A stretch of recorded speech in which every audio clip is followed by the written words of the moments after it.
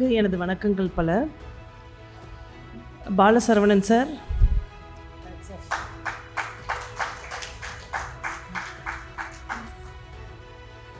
தான் தனது என்ற எண்ணத்தை மீறி இந்த பிரபஞ்சம் உலகம் அப்படின்னு நினைக்கக்கூடிய ஒருத்தரால் மட்டுமே தான் இதெல்லாம் சாத்தியப்படும். அதுவும் ரொம்ப சின்ன வயசில் இதெல்லாம் பண்ணியிருக்கீங்க. உங்களோட உயர்ந்த எண்ணங்களுக்கும் செயல்களுக்கும் சொற்களுக்கும் நீங்கள் பேசுகிறபோது கேட்டேன். I was hugely impressed. ஒரு வாழ்த்துக்கள் சார். நான் ஒரு கவிதாயினியும் கூட, கவிரத்னான்னு பட்டம் இருக்கிறது பார்த்துருப்பீங்க. திரைப்பட பாடலாசிரியராகவும் செலக்ட் ஆகியிருக்கேன். கவிரத்னா, கவிமயம் அப்படியெல்லாம் பட்டங்கள் இருக்குது. கைட்டன் என்னும் உடல் செயலியல் தரநிலை பாடநூலை தமிழில் மொழிபெயர்த்துள்ளேன். கைட்டன் எல்லாருக்கும் தெரிஞ்சிருக்கும் இங்கே இருக்கிற டாக்டர்ஸ்க்கெல்லாம். இது முத்தமிழ் அறிஞர் மொழிபெயர்ப்பு திட்டத்தில் தமிழ்நாடு பாடநூல் கழகத்தினரால் நான் அழைக்கப்பட்டு இந்த சேவையை செய்து முடித்திருக்கிறேன். நானும் பாலசுப்ரமணியன் ஒரு சாரும் ஸ்டான்லியில் இருந்தார், என்னை விட சீனியர் அவர். நாங்கள் 2 பேரும் சேர்ந்து முடிச்சிருக்கோம். யாருக்காவது உங்களுக்கு வேணும்னா கூட வாங்கிக்கலாம். It's on sales. கைட்டன் தமிழாக்கம் செய்யப்பட்டிருக்கு. நிறைய ஸ்டேட் லெவல் அவார்ட்ஸ் கவிதைகளுக்கெல்லாம் வாங்கியிருக்கேன். இப்போ ஸ்பிரிச்சுவல் டிஸ்கோர்ஸ் பண்ண ஆரம்பிச்சிருக்கேன். முதலாக கந்தக்கோட்டம் முருகன் கோவிலிலே 6ஆம் மாதம் 6ஆம் தேதி 2026 வருடம் 6 மணிக்கு அந்த ஒரு வாய்ப்பு எனக்கு அமைந்தது. சஷ்டி என்று அது கூட செஞ்சிட்ருக்கேன். இப்போ சில சேனல்ஸ்லேயும் என்னை பேட்டி எடுத்துகிட்ருக்காங்க. பிறப்புக்கும் எல்லா உயிர்க்கும் என்றார் திருவள்ளுவர். பிறப்புக்கும் எல்லா மனிதருக்கும்னு சொல்லலை, பிறப்புக்கும் எல்லா உயிர்க்கும்னு தான் சொன்னார். அதற்கு சிறந்த தலைக்காட்டாக வாழ்ந்துக்கிட்டு இருக்கீங்க சார். ஒரு கரகோஷம் கொடுக்கலாம். எனக்கெல்லாம் இந்த கரகோஷம் நமது பாலசரவணன் சார் அவர்களுக்கு. பேருக்கு தகுந்த மாதிரி சரவணன் எனக்கு மிக பிடித்த கடவுள், தமிழ் கடவுள் முருகன். அதில் பாலசரவணனா வயசுலேயும் சின்னவராக தான் இருக்கீங்க. மிக அரிய சேவைகள் செய்து கொண்டிருக்கேன். எனக்கு வர்றப்போ எதுவுமே தெரியாது சார். என்பிஎஸ்னு ஏதோ கூப்பிட்றாங்க, அன்பு மருத்துவர் விருதுன்னு சீஃப் கெஸ்ட்டாக கூப்பிட்றாங்க, போய் கொடுத்துட்டு வருவோம். நம்ம கலந்துக்கிற நிறைய விழாக்களில் இதுவும் ஒன்று அப்படி தான் நினச்சிட்டு வந்தேன். ஆனால் இங்கே வந்தப்புறம் தான் தெரியுது இது எவ்வளோ ஒரு இயக்கமே செய்ய வேண்டிய வேலையை, கவர்மெண்ட் செய்ய வேண்டிய வேலையை தனியொரு மனிதனாக செய்து கொண்டிருக்கிறீர்கள். நீங்களே ஒரு நிரூபணம். ஒரு தனி மனிதன் நினைத்தால் என்னவெல்லாம் செய்யலாம், உலக சாதனை படைக்கலாம் அப்படிங்கிறதுக்கு இவரே ஒரு சிறந்த எடுத்துக்காட்டு. நான் எப்பயுமே நினைப்பேன், நாம் எல்லாருமே மனிதர்கள் தான். 46 குரோமோசோம்ஸ் தான் எல்லார்கிட்டே இருக்குது, 23 பேர்ஸ் தான் இருக்குது. ஆனால் சில பேர் மாளிகையில் இருக்கோம், சில பேர் பிச்சைக்காரனா ரோட்டில் இருக்காங்க இல்லையா? மனிதனாக பிறந்த ஒருத்தனும் பிச்சைக்காரனாக இருக்கக்கூடாது சார். அந்த மாதிரி கவர்மெண்ட் அப்படி விடக்கூடாது. நான் எந்த கவர்மெண்ட்டையும் நான் தப்பாக சொல்லலை, பாலிட்டிக்ஸ் பக்கமே நான் போகிறதில்லை, அந்த பிரச்சனையே வேண்டாம் நமக்கு. நான் என்ன சொல்கிறேன்னா, கவர்மெண்ட்டாக இருக்கட்டும், யாராக கூட இருக்கட்டும், ஒரு சக மனிதன் தன்னோட பசிக்காக இன்னொருத்தரிடம் கையேந்தும் நிலை இருக்கக்கூடாது உலகத்தில். தனி ஒருவனுக்கு உணவில்லை எனில் ஜகத்தினை அழித்திடுவோம் அப்படின்னாரு பாரதியார். இவங்கெல்லாம் அந்த உணர்ச்சி மேலீட்டில் அந்த வேதனையில் வரக்கூடிய வார்த்தைகள் இதெல்லாம். அதையும் தாண்டி வாடிய பயிரை கண்ட போதெல்லாம் வாடினேன் அப்படின்னு வள்ளலார் சொல்லியிருக்காரு இல்லையா? எந்த ஒரு உயிர்க்குமே துன்பம் என்பது இருக்கக்கூடாது. அதை உணர்ந்து உள்வாங்கி உங்களுக்குள்ளேந்து வந்திருக்கு சார் இந்த அன்பு மருத்துவர் விருது, நம் பாரத சேவைங்கிற அமைப்பு. அது ரொம்ப தெளிவாக புரியுது. அதில் எந்தவித சந்தேகமும் இல்லை. குலசேகர ஆழ்வார் ஒரு பாசுரம் பாடியிருக்காரு.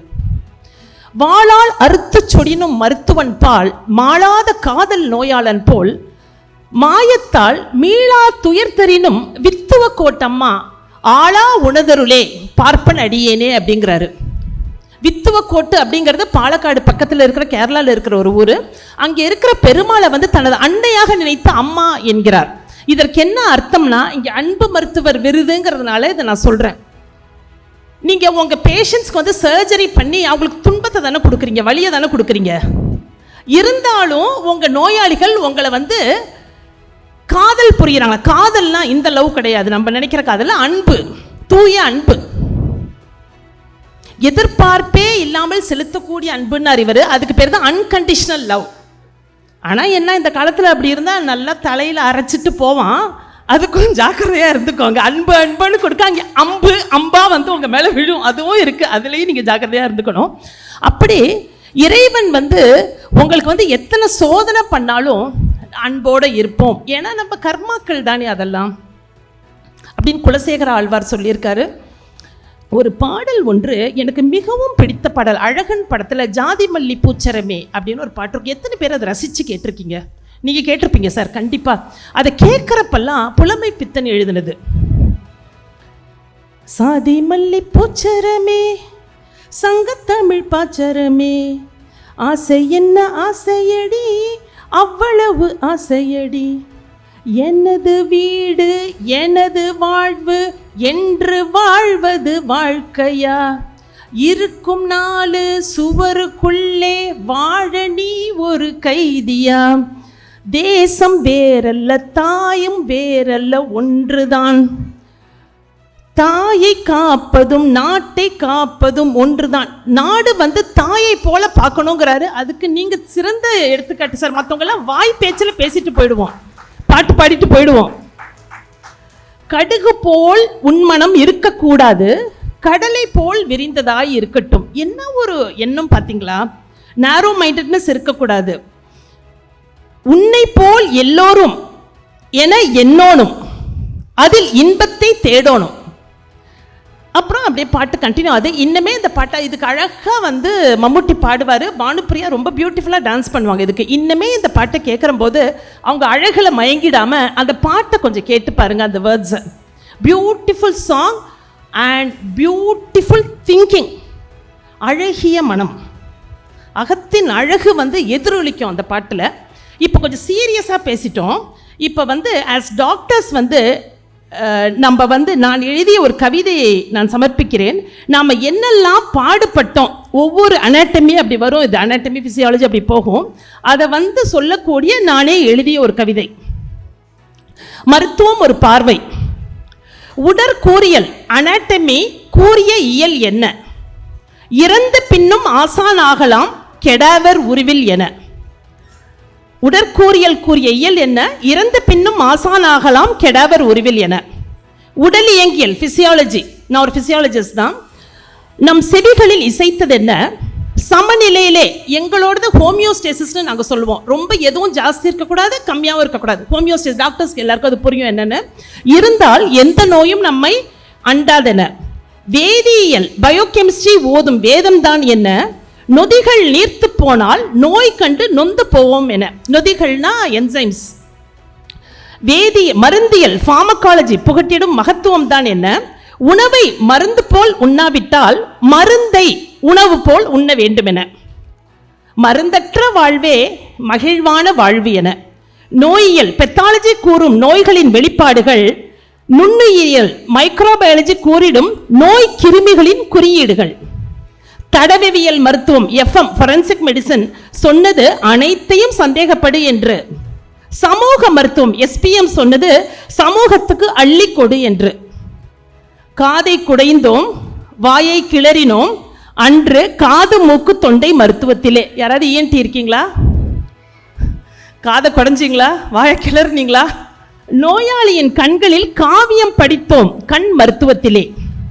பொது மருத்துவம் மெடிசன் ஒரு அலையாய் வந்து நம்மை அடிக்க, அறுவை மருத்துவத்தில் கை நடுநடுங்க கத்தியை பிடிக்க, மகப்பேறு மருத்துவத்தில் ஓர் உயிரின் ஜனனம் கண்டோம், குழந்தை நல மருத்துவத்தில் வயிற்றுப்போக்கில் ஏஜின்னு சொல்லுவோம் மூழ்கி முத்தெடுத்தோம். பீடியாட்ரிக் வார்டு டியூட்டி பண்றப்ப தெரியும். எலும்பு மூட்டு மருத்துவத்தில் உடைந்த எலும்புகள் கண்டோம், மனநல மருத்துவத்தில் உடைந்த மனங்களை கண்டோம். இத்தோடு முடிந்ததா நம் வேதனை, முதுகலை படிப்பிற்காக நாம் அலைந்தது எத்தனை சோதனை, இடையிலே திருமணம் குழந்தைகள் வேறு, வாழ்க்கை சக்கையாக நம்மை பிழிந்தெடுத்தது சாறு. விட்டோமா நாம் விடாக்கண்டர்களாயிற்றே, வெற்றி பெற்றே நின்றோம் வேதனைகள் பல இருந்தாலுமே.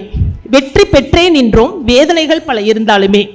மருத்துவர் பிணியாளர் நோய் தீக்கும் பணியாளர், இனி யாவும் சுகமென்றே சொல்லும் துணையாளர், வழி தீர்க்கும் வழிகாட்டும் இறையாளர். வழி தீர்க்கும் வழிகாட்டும் இறையாளர், கிளி போக்கும் களி தீர்க்கும் நெறியாளர்.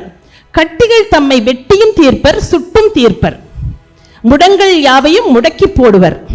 உறுப்புகள் செயல் இழக்கும் கால் உறுப்பு மாற்று அறுவை சிகிச்சை செய்வர். விருப்புகள் வெறுப்புகள் யாவும் துறந்து துறவி போல் வாழ்வர். இவருக்கு இரவு இல்லை பகல் என்பதும் இல்லை. இவருக்கு ஓய்வு இல்லை தேய்வு இல்லை. மருத்துவம் என்னும் அருந்தவம் ஒரு மகத்துவம் ஒரு மகாத்மியம் மாபெரும் காவியம். இந்த காவிய கடலுக்கு கரை இல்லை. மருத்துவம் என்னும் கப்பலுக்கு நங்கூரமும் இல்லை. நாம் ஒரு இடத்துல நிற்க முடியுமா? நிற்கவே முடியாது. நங்கூரம் இல்லை. கரையில்லா மருத்துவ கடலிலே நங்கூரமில்லா கப்பலை செலுத்திக் கொண்டிருக்கும் மாலுமிகளே. கரையில்லா மருத்துவ கடலிலே நங்கூரமில்லா கப்பலை செலுத்திக் கொண்டிருக்கும் மாலுமிகளே, உங்களுக்கு என் இனியும் இதயம் கனிந்த வாழ்த்துகள் வாழ்த்துகள் வாழ்த்துக்கள். நன்றி, வணக்கம்.